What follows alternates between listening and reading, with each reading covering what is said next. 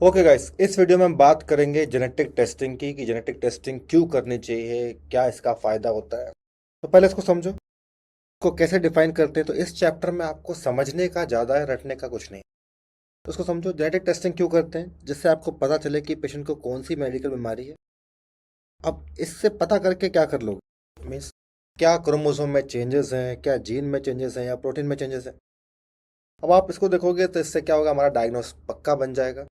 तो जनरली 1,000 से ऊपर जेनेटिक टेस्ट हैं और भी टेस्ट बनते जा रहे हैं दिन पर दिन। अब आप इसको देखोगे तो इससे क्या होगा, हमारा डायग्नोस पक्का बन जाएगा। तो जनरली 1,000 से ऊपर जेनेटिक टेस्ट हैं और भी टेस्ट बनते जा रहे हैं दिन पर दिन। तो मैं यहाँ से आपको बताना चाहूँगा कि why we do genetic testing by. एक तो टेस्ट जेनेटिक टेस्टिंग करने से क्या होता है कि किसी का डायग्नोस कंफर्म हो जाता है, means to confirm the diagnosis. तो डायग्नोस को कंफर्म कर दिया आपने। दूसरा बेनिफिट देखो, सपोज किसी को जेनेटिक डिसीज नहीं है लेकिन आपको स्क्रीन कर रहे हो, आप उसको आप जानना चाह रहे हो कि क्या उसको कहीं जेनेटिक डिसीज तो नहीं है। या फिर सपोज कोई पेशेंट है, उसको जेनेटिक डिसीज थी, अब उसके बच्चों को आपको स्क्रीन करना है, तो स्क्रीनिंग के लिए हम करते हैं जेनेटिक डिसीज जेनेटिक टेस्टिंग। तीसरा तीसरा अब देखो, कुछ बीमारियां ऐसी होती हैं जिनके सिम्टम काफी लेट आते हैं, जैसे कि जनरली ऑटोसोमल डोमिनेंट कंडीशन में आप देखोगे कुछ लोगों को सिम्टम अलग अलग आते हैं और लेट आते हैं। इसको हम बोलते हैं इनकम्प्लीट पेनिट्रेंस वेरिएबल एक्सप्रेशन। जैसे एग्जांपल में अगर आपको बोलूं, मार्फन सिंड्रोम के पेशेंट को कई बार सिम्टम आते हैं 40 साल की उम्र में, कई बार 45 साल की उम्र में। ऐसे ही पॉलीसिस्टिक डिसीज वाले पेशेंट को कई बार सिम्टम आते ही नहीं है, कई बार सिम्टम आते हैं 50 में, 60 में। तो प्री सिम्टोमेटिक पीरियड में हम इसको टेस्ट कर सकते हैं। सपोज कोई एक बहन है, उसको पीसीकेडी है, पॉलीसिस्टिक डिसीज, उसके भाई को आप चेक कर सकते हो, कहीं इसको तो नहीं, अभी इसको सिम्टम नहीं लेकिन आगे हो सकते हैं। इसको बोलते हैं प्री सिम्टोमेटिक टेस्टिंग। अब टाइमिंग के आधार पर I can divide testing into 4 categories. देखो, अब एक जो पहली टेस्टिंग होती है, तो दिस बेस्ड ऑन टाइमिंग। अब आपको इसको समझना है टेस्टिंग किस किस में करोगे। तो पहले हम बोलेंगे pre implantation testing. Pre implantation testing, अब इसको समझो। प्री इम्प्लांटेशन टेस्टिंग मीन्स आप किस में करोगे। तो ये हम करते हैं जनरली उन लोगों में जो लेट शादी करते हैं, जैसे कि डॉक्टर हो गए, नर्सिंग ऑफिसर हो गए। दोनों में से कोई एक पार्टनर बूढ़ा है या दोनों ही बूढ़े हैं, मीन्स दोनों की शादी आप देखोगे 40 साल के बाद हो रही है, स्पेशली फीमेल पार्टनर। अगर फीमेल पेशेंट की उम्र 30 के बाद है तो that carry always carry risk of diseases. तो suppose it is done where when both parent और one parent specially female is old. ठीक है, तो इसलिए आप देखोगे जितने बॉलीवुड के सेलिब्रिटीज हैं वो यंग फीमेल से शादी करते हैं, बिकॉज उनको ये बात पता है, राइट। अगर फीमेल ओल्ड होगी तो देखो दोनों से रिस्क बढ़ते हैं, लेकिन फीमेल बूढ़ी होगी तो रिस्क ज़्यादा बढ़ते हैं। तो pre implantation means before the implantation. दूसरा टेस्टिंग अगर बोलो तो उसको बोलते हैं prenatal. Prenatal means before the birth. Prenatal testing means बच्चा अभी पेट में ही है, तो इसमें कई सारे कुछ इन्वेजिव टेस्ट होते हैं, कुछ नॉन इन्वेजिव, जैसे कि सिंपल अल्ट्रासाउंड हो गया, फिटोस्कोपी हो गई, कुछ ब्लड टेस्ट करा लिया आपने, जैसे ट्रिपल टेस्ट कर लिया, क्वाड स्क्रीनिंग। या फिर अगर मैं बोलूँ कुछ इन्वेजिव टेस्ट, जैसे जहाँ पर आप सैंपल लेते हो, amniotic villus, amniotic fluid sample, और कोरोनिक विलायस से सैंपल ले लो, chorionic villus sampling, amniotic fluid sampling. और आई कैन से आप, ये हो गए इन्वेजिव टेस्ट, मीन्स आप वजाइना के थ्रू आप नेटल डाल के सैंपल ले रहे हो। तो प्री नेटल टेस्टिंग। तीसरा होता है कि सपोज अब बच्चा पैदा हो गया, तो हम उसका टेस्ट करते हैं। तो उसका टेस्ट जनरली आप याद रखो, दो बीमारी के लिए करते हैं, दोनों पेपर एग्जाम, दोनों चीज़ें एग्जाम में पूछी गई। तो इसमें हम सैंपल कहाँ से लेते हैं, हील के प्रिक से ब्लड लेते हैं, हील प्रिक टेस्ट। तो उसको बोलते हैं नियोनेटल टेस्टिंग। Neonatal testing. और जो चौथा मैं अगर आपको बोलूँगा, चौथा, अब ये कभी भी करा लो आप, में सपोज बच्चा बड़ा हो गया, मुझ में करा लो, आप में करा लो, हो सकता है हमको कोई जेनेटिक डिसीज हो, कोई जीन हो डिफेक्टिव। तो अडोलेसेंट और आई कैन से अडोलेसेंट और अडल्ट टेस्टिंग। मैं इसको आपको समझाऊं कि इसको ऐसा समझो कि मैं एक फैमिली को जानता हूँ, उनके एक पापा हैं, उनके दो बेटे हैं। तो फादर की डेथ हो गई अभी किडनी फेलियर से, सीकेडी से। तो जो बड़ा बेटा है उसको भी डिसीज़ है, वो 40 साल का है और कोई सिम्टम नहीं है। छोटा बेटा है, वो 25 साल का है, लेकिन उसको दोनों किडनी में कई सारी सिस्ट हैं, थोड़े बहुत सिम्टम है, अभी जीएफआर ठीक है लेकिन नॉर्मल से कम है।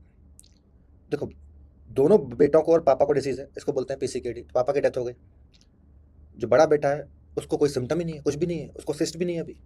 आगे जाके बन सकती है, आंसर इज यस। अब उसकी जब हमने जेनेटिक टेस्टिंग कराई तो उसको भी डिसीज तो थी लेकिन सिम्टम अभी तक नहीं आए, समझे। तो इसको बोलते हैं एडोलेसेंट और अडल्ट टेस्टिंग। अब इनकी जब शादी होगी तो इनके बच्चों को भी हो सकती है। Clear. Now coming to prenatal testing, अब इसको समझो। प्री नेटल टेस्टिंग में आप क्या करोगे, मैंने आपको बताया था इसमें कुछ टेस्ट होते हैं नॉन इन्वेजिव, कुछ होते हैं इन्वेजिव। तो what are this invasive and non invasive test and when we do this. तो फर्स्ट इज, इसको बोलते हैं NIPT, non invasive prenatal testing, एनआईपीटी।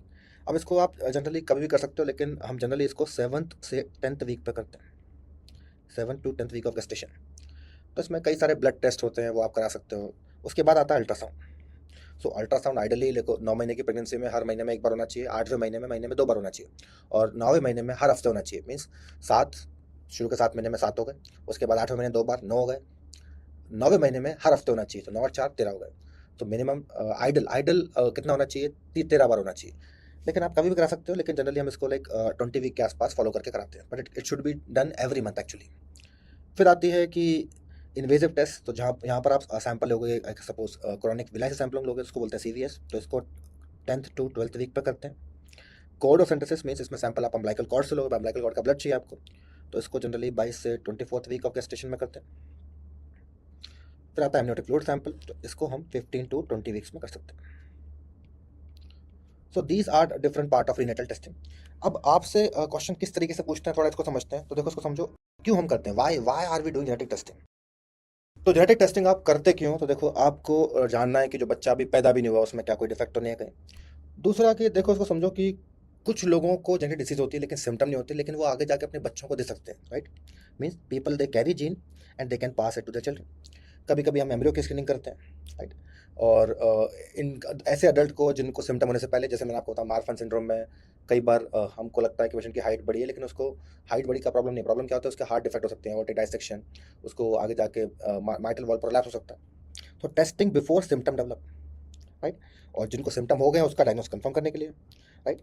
और फिर हम ये फिगर आउट करना है कि कुछ जेनेटिक डिसीज देखो ऐसी भी जिनका ट्रीटमेंट है, जिनके लिए एक पर्टिकुलर दवाई है, तो अगर आपने डायग्नोस प्रॉपर बना लिया तो उसका ट्रीटमेंट भी आप कर सकते हो। जैसे कई सारे लिम्फोमा, ल्यूकीमिया से जेनेटिक बेस्ड होते हैं, इनके लिए हमारे पास मेडिकेशन है, तो अगर आपने डायग्नोस प्रॉपर किया और उसके बाद आपने ट्रीटमेंट कर अच्छे से किया तो that is treatable. Clear? Now understand this thing, they ask you question, what are the types of genetic testing. तो पहला हो गया न्यूबॉर्न। न्यूबॉर्न मीन्स बेबी, बच्चा पैदा हुआ है, अब आपको उसका टेस्ट करना है। तो जनरली इसमें जो हम सैंपल लेते हैं वो कैसे लेते हैं? उसमें हम सैंपल लेते हैं हील की प्रिक से, इसको बोलते हैं heel prick test, heel prick test. और याद रखना, हील प्रिक टेस्ट आप 2 डिसीज के लिए करते हो। एक तो हो गई फिनाइल कीटोनुरिया, फिनाइल कीटोनुरिया। दूसरा, किसी को सपोज बचपन से थायराइड ग्लैंड छोटी है, इसको बोलते हैं थायराइड डिसजेनेसिस, थायराइड डिसजेनेसिस। तो यहाँ पर भी सेम चीज लिखी है, phenylketonuria and in hypothyroidism means thyroid dysgenesis. Then try to understand what else we do, और क्या करते हो। This is called newborn testing. फिर मैं बात करूँ प्री इम्प्लांटेशन की, जो मैंने बताया था, प्री इम्प्लांटेशन मीन्स इसको हम PGD बोलते हैं, pre implantation genetic diagnosis, right. तो यहाँ पर जो आप चेंजेस देखोगे, that will be changes where it will be changes which we see in embryo, changes in embryo, right. और जनरली ये उन लोगों में करते हैं जिनको फर्टिलाइजेशन IVF की वजह से होता है। Third is forensic testing. अब इसको समझो, फोरेंसिक टेस्टिंग मीन्स इसमें आप DNA के सीक्वेंस यूज़ करते हो कुछ लीगल पर्पस के लिए, फॉर एग्जांपल मर्डर विक्टिम्स या रेप विक्टिम्स में कई बार आप क्राइम पेट्रोल में जो देखते हो कि हेयर सैंपल लेते हैं रेप विक्टिम्स में सीमन का सैंपल से कर सकते हो आप, तो दैट इज फोरेंसिक टेस्टिंग। फिर fourth research testing. Research testing means यहाँ पर आप नए नए जीन या कोई अननोन जीन आप पता करना चाहो कि जेनेटिक्स काम कैसे करती है, और इससे और आगे क्या सुधार किया जा सकता है। अब इस रिसर्च को हम फार्माकोलॉजी में भी यूज़ कर सकते हैं, इसको समझो। अगर आपको देखना है कि like genetic variation in drug response, if you want to see genetic variation and drug response, means drug का क्या प्रभाव पड़ता है, तो ये भी आप देख सकते हो, और इसको हम बोलते हैं फार्माकोजिनोमिक्स। इसको हम क्या बोलते हैं? We call this pharmacogenomics. Clear? Then इसके अलावा मैं बोलूँ कि आप कैरियर टेस्टिंग, जो मैंने आपको बताया भी था, कैरियर मीन्स सपोज कुछ लोगों को बीमारी तो है लेकिन कोई सिम्टम नहीं है, तो वो बिल्कुल मस्त एसिम्टोमेटिक पीरियड में रह रहे हैं, लेकिन अब उनको तो डिसीज नहीं आई, हो सकता है जब वो शादी करेंगे तो उनके बच्चों को आ सकती है, तो जनरली ऐसा ऑटोसोमल रिसेसिव कंडीशन में होता है। तो कैरियर मीन्स जिनको सिम्टम नहीं है लेकिन उनके बच्चों को तो आगे हो सकता है। फिर मैंने आपको बताया था प्रीनेटल टेस्टिंग। तो प्रीनेटल टेस्टिंग के तो कई सारे पार्ट थे, जिसमें इनसे कुछ नॉन इन्वेजिव मेथड थे, amniocentesis, cordocentesis, chorionic villus sampling, ultrasound, fetoscopy, ये सब किसके पार्ट होंगे? These all are part of prenatal testing. Okay, then try to understand this thing. एक लास्ट टाइप ऑफ टेस्टिंग जिसको हम बोलते हैं ससेप्टेबिलिटी टेस्टिंग और प्रेडिक्टिव टेस्टिंग, राइट। तो इसमें आप क्या देखते हो? इसमें आप देखते हो कि like it helps to determine likelihood of developing a disease और complication if specific gene alteration is present. इसको समझो, इसको समझने के लिए एग्जांपल से देखो, एंजेलिना जोली, उनके पास एक जीन म्यूटेशन था, बरका जीन। तो देखो, कई सालों तक तो उनको कुछ नहीं था। अगर आपकी बॉडी में बरका जीन का म्यूटेशन है तो आपको ब्रेस्ट कैंसर होने के चांस होते हैं, और आपको ओवेरियन कैंसर होने के चांस होते हैं। तो सी ए ब्रेस्ट, ब्रेस्ट सी ए मीन्स कैंसर, ओवरी सी ए। तो एंजेलिना जोली को क्या था? उनको BRCA1 का म्यूटेशन था and she was having breast cancer. लेकिन उनको अभी देखो, उनको ओवरी कैंसर नहीं था, लेकिन जो सर्जरी उन्होंने कराई उस सर्जरी का नाम था बायलैटरल मैस्टेक्टोमी एंड टोटल ऊफरेक्टोमी। दोनों ओवरीज भी निकलवा ली। ओवरीज क्यों निकलवाई? बिकॉज उनको पता है कि बरका जीन में ब्रेस्ट कैंसर तो मुझे हो गया है, अब आगे जाके ओवरी कैंसर भी हो सकता है, तो ना रहेगा बांस ना बजेगी बांसुरी। तो इसको बोलते हैं ससेप्टेबिलिटी और प्रेडिक्टिव टेस्टिंग। मीन सपोज अगर आपको पता है कि आगे जाकर ओवरी कैंसर भी हो सकता है और होने के चांस है उसमें, तो उसको पहले से निकाल लो। तो these are I can say different different component of testing. अब आपसे क्वेश्चन पूछते हैं कि what is role of a nursing officer. तो नर्सिंग ऑफिसर का रोल क्या होता है, राइट? तो नर्सिंग ऑफिसर का रोल होता है कि वो एक तो वो किसी भी पेशेंट को या क्लाइंट को हेल्प करती है या करता है कि कैसे आपको कहाँ जाके टेस्ट कराना है, राइट? क्योंकि ये टेस्टिंग देखो ये सस्ते नहीं होते हैं, एक ये 10-20 हज़ार कुछ कुछ 50,000 लाखों रुपए के टेस्ट भी होते हैं। कोई भी टेस्टिंग करने से पहले उसके pros and cons benefit risk बताना चाहिए और उसको एक कंसेंट पेपर पे, राइट? तो nurse should alert client of the right to make informed consent. बिना पेपर पे साइन कराए means the all genetic testing should be voluntary. Means किसी दबाव में पेशेंट को नहीं करना, आपको उसको समझाना है कि इस टेस्ट के, जैसे सपोज मैं अगर आपको बोलूँ आप कोरोनिक विलस सैंपलिंग ले लो, हो सकता है आप जब विलाय प्लेसेंटा के विलाय सैंपल लोगे तो बच्चे को मिसकैरेज होने के चांस होते हैं। तो you should know the benefit and risk of the test, right? Clear? अगर आप बोन मैरो एग्जामिनेशन कर रहे हो किसी का, तो बोन मैरो में हो सकता है उसको आगे 10-15 दिन दर्द रहे हड्डी में, राइट? देन अब जो टेस्ट आप कर रहे हो उसकी कॉन्फिडेंशियली और प्राइवेसी को मेंटेन करना है, उसको जाके किसी को बताना नहीं कि आज मैंने ये किया, आज मैंने वो किया, फलाने के लड़के को तो डाउन सिंड्रोम निकल रहा था। तो nurse should address psychological social economic issues, right? Because देखो जब आप जेनेटिक टेस्टिंग कराते हो it's not only stress emotionally, it's also a very financial stress, because ये सारे टेस्ट काफ़ी एक्सपेंसिव होते हैं।